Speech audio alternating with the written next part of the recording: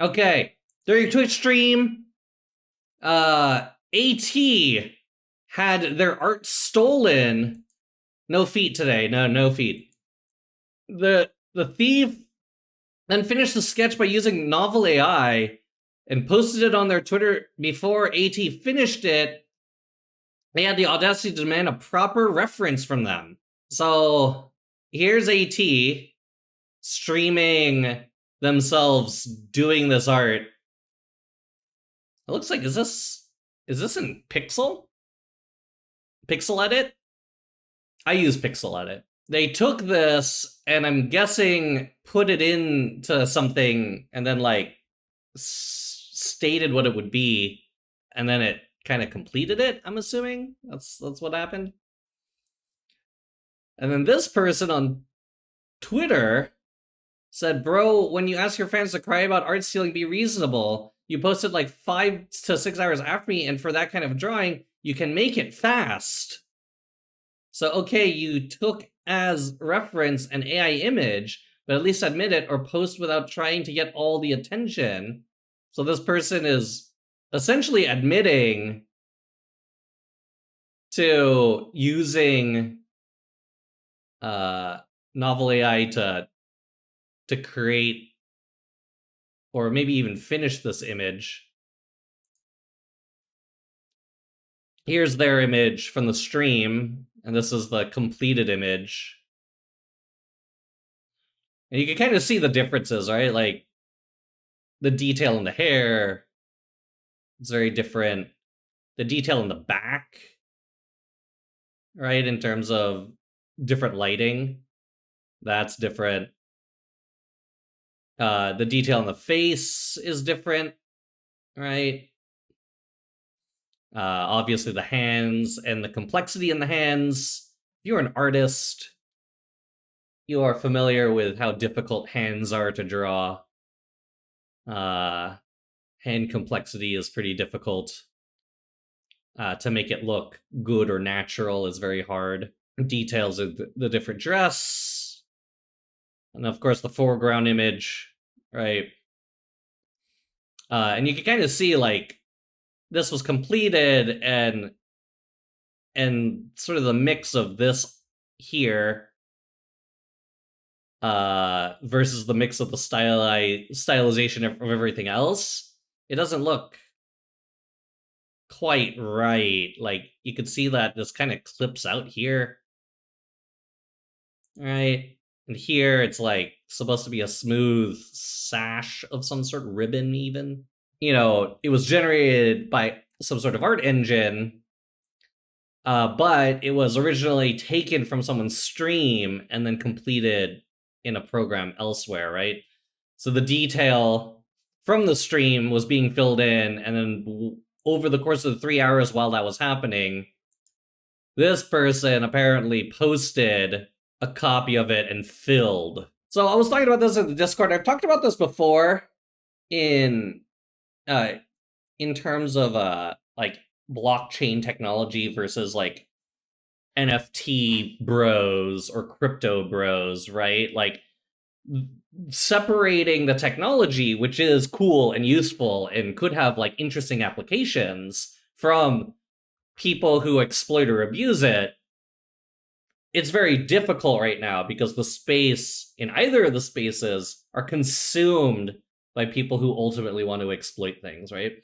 Like, you can't go through tech Twitter without running into someone who's trying to like push their flavor of an NFT or their flavor of Web3 or their flavor of some sort of crypto, right? Like, it just ends up happening. And it's not because, you know, they're potentially bad faith actors, but it is because that's an interesting hot space that is very popular to people in tech and outside of tech. And the way to be popular in that area, if you want to become, say, an influencer on fucking Twitter, is to talk about it in ways that you could actually like extract value out of it. In this case, if you're making money through like pump and dump schemes, that's pretty shameless shit. It's not dissimilar from people who are AI art bros versus people who use or are interested in AI art for the generative art aspects, right? Like, we've done gen art on this stream before in many different ways, and we've never crossed any lines because all the gen art that we've done in this stream was truly kicking it from our heads, right? WAN token goes, okay, great. Yes, yes. Like, we truly are kicking it from our heads when we're building out AI art, right? We're making the engines from scratch, we're making the functions from scratch. It looks pretty shitty when we do it, but then we get to a point where we could recreate sort of any kind of AI art in whatever thing we're trying to build, and that's cool, right? Like, I think the closest thing we had to like poor AI art is like, or like maybe like one that would be a, ethically gray, was when we were taking fine art, like famous fine art pieces, and doing style transfer of like kid art onto it. So what we wanted to do was take like Dali and then display Dali in the form of like a kid's painting, a kid art, something done by like a 3-year-old or something. And I could show you what that looks like because we have them saved. It's in the Discord somewhere, but I can't find it here. We've done this before, and it was really fun, but it was definitely, in that space of like, well, you're stealing art to train on other things. And it's like, well, that's not really the case. Like we're not trying to make something and claim it as our own. It's still Salvador Dali at the end of the day. Like, no one's going to mistake me, a functional idiot, with the person who created melting clocks. That's not what's gonna go down. And then also I'm like I'm not a very popular person, so we never ran into anyone who was like tisk AI art person. We did see like people who are doing things like this, which is definitely like in bad faith, right?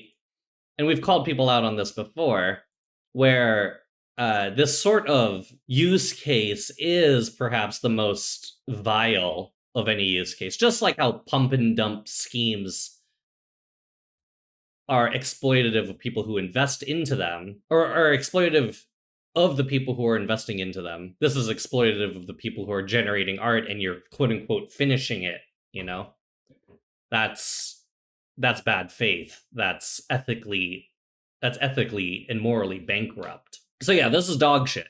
Like, if people do this, if you're someone who does this, if you're someone who tries to like get away with this stuff, you should truly reevaluate your relationship between the technology you're using and ultimately the people you may be affecting, right? Like, you might be able to get away with it as you are a, no name, nothing, nobody. But at some point in time, if you are promoting yourself as a nameful somebody, you're going to be called out. You will be found cheating. And at that point, you will have no one to defend you in this community. It's a hard thing to walk on the dark side and see what it's like to be successful very quickly. But it's another thing to reckon with it if you are found out, especially like someone like this. Much like how plagiarism in any form is vile. There's an entire website dedicated to different forms of plagiarism being ethically and morally gray or ethically and morally bankrupt in science. And so when you see a retraction from Retraction Watch and they dive into what's going on, you find out really interesting things. Those things being like, what the hell are people doing stealing random pieces of manipulating or fabricating data, plagiarizing or copying papers from previous people, all of these different things that they do in the name of science. And at the end of the day, like, okay, well, they created like bad science. What's the big deal? Well, the big deal is that they were funded to create that science. These people are people who are working off of government funded grants, taxpayer funded grants. These people are people who are supposed to be heralded as the experts in their field, and they decide to go and cheat their way into whether it's a big journal or whether it's like some important conference or whatever. Like the limits of plagiarism and the limits of stealing in ways that make you successful soon or early are very clear in academia. And me being so close to academia, I've always seen anyone who like tries to attempt some like nefarious shit in the STEM field as like truly people who should be outcast. Like they are not, like they may be able to do good science, but their ability to be trusted in the field is, it's zero for me. And redemption, I do believe in forgiveness and redemption, but for that to build up your credibility again in a field that is already like destroyed by people like this. Gene therapy developer retracted because of discrepancies in mouse survival rates. That might sound like just random ass science to you, but if this person is working on fucking gene therapy research and the mouse survival rates is like, oh, more mice have died. Actually, more mice have died compared to control or baseline, and we're reporting that more mice survived. Well, now you're fucking over progress in this field for people who might be expecting edge case updates on gene therapy to fucking survive. All the while, you have been funded off of a grant that allowed you to do this work in falsified ways. Like, that's sick. That's truly heinous, right? So seeing it from that perspective, like, what's the extent that people can get to there when you're not being funded by government agencies? Like, look no further than cryptocurrency pump and dump schemes, right? Exploitative coin, exploitative NFT markets. Like, wasn't it recently that like a couple days ago they said like Logan Paul's NFTs, once worth like 6 figures, are now worth $10? Like that's pretty brutal. And the person who gained money from all of that was the person who sold the NFTs to begin with, right? Like if they cashed out early, if they dumped early, time to buy is now. That's right. Then like they literally laugh their way to the bank, and they will not be caught. They will not, there is no regulatory body that's going to say they did something bad or wrong. But it is the people that they wronged. It is his fans that he wronged. Like that's exploitative behavior. So are we getting close to that with something like this in the AI art community? Are we going to get to a point where people steal people's art and sell it, mint it, sell it, and ruin the original artist's intentions because now there is like a relatively close duplicate elsewhere? There's something like this in the tattooing community, which is also fairly polarizing, which is people who want art on their body, but it isn't original. Which one is the one with AI? This one is the AI art. This is the AI completed. The right looks better, exactly. Even if you thought the left was better because you liked particularly smooth or like cel-shaded detail, right? And there are people out there who like that. The detail here is just far, far more specific. Like the hair texture, the hand detail, the soft fabric the fact that the soft fabric doesn't have empty space in between its ribbons, the foreground blurred, aesthetic from these flowers, like this is like this captures this lighting from the top down, and how it's portraying and casting its own shadows throughout this image. Like there is no lighting source here. It is like generic source of light. And then some of these pieces in this, like this, it doesn't match the other styles of art around it, right? It's still crazy. Yeah, generative art is crazy as a tool.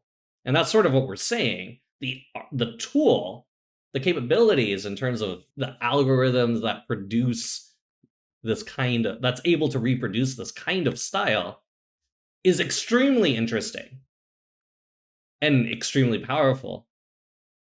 But the people who are using it for exploitative purposes, that is powerful in a different way. That is toxic and morally and ethically bankrupt behavior. Just like the technology of the blockchain and minting things is interesting, but bad faith users, bad faith actors are exploiting people with that technology. Before you get to the cool things like, an in real life version of track changes, the ability to recreate art or generate art in massive, wide scale, ultra detailed ways quickly, or in unique ways quickly.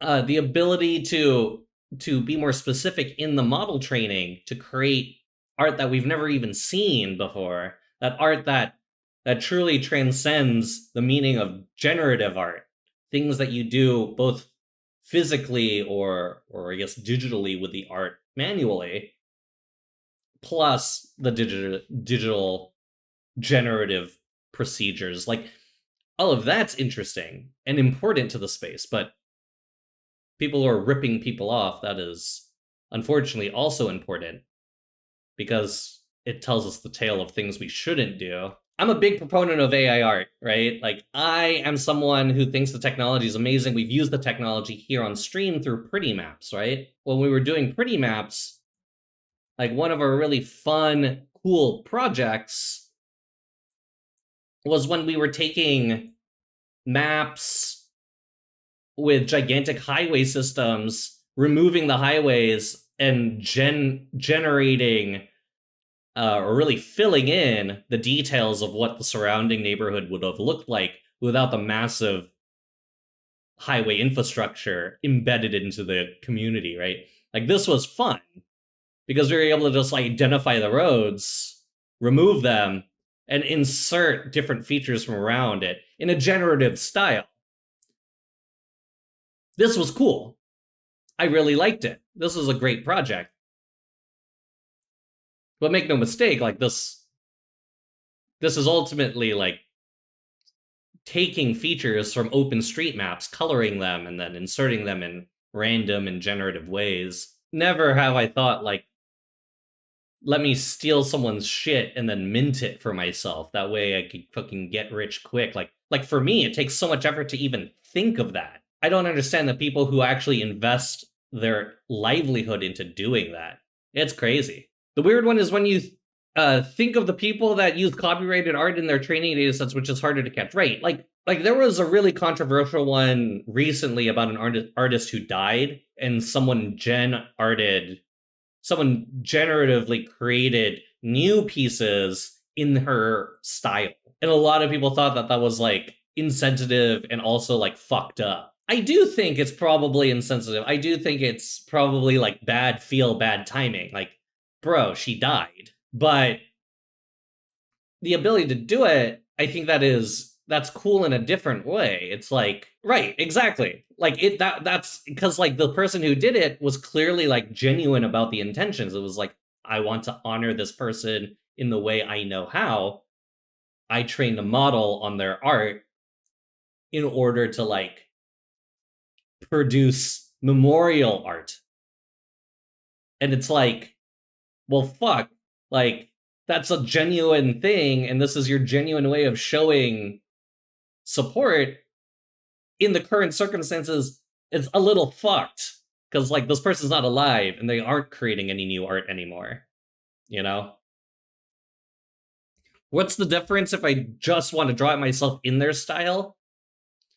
I don't know. That's the other thing, is like, if I saw someone doing it live and they draw in a particular style, I wouldn't necessarily think anything of it. I would just think that they were very inspired by that person.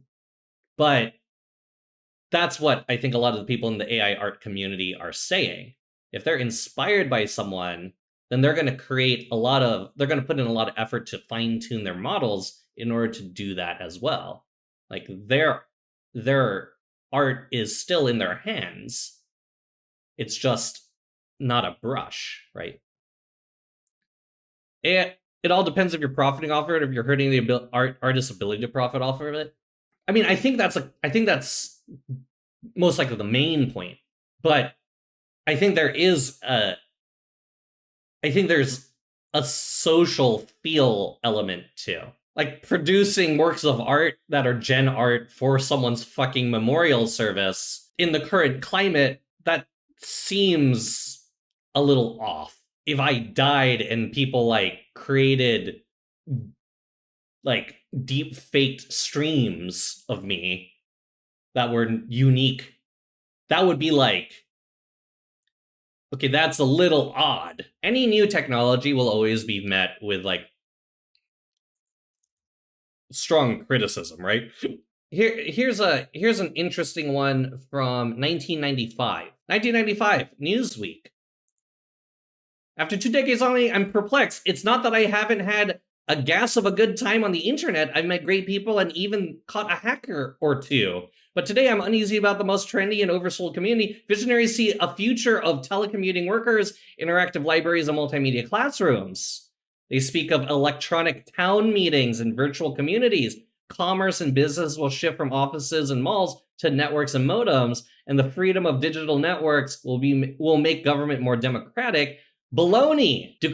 Do our computer pundits lack all common sense? The truth in no online database. The truth is, no online database will replace your daily newspaper. No CD-ROM can take place of a competent teacher, and no computer network will change the way the government works. Clearly a miss. But with every new piece of technology, and 95 actually is, like, right in the thick of things. Like, if you were around in 95, some of you probably were not born yet. But if you were around in 95, like, using the internet, like, I was hanging out on AOL, and I would go on Yahoo and play some chess. Depending on how long I could be on the internet, maybe I played a game of Command & Conquer Red Alert against a friend. Technology does get beat up when it's early and it's introduced. But in the case of the internet, unlike things like gen art, unlike things like crypto, it's not like the initial use case of the internet was, hey, here's the internet. Oh, and here's some, like, rapscallion selling you bad internet, you know? That evolved over time, and now we have, like, Spectrum. So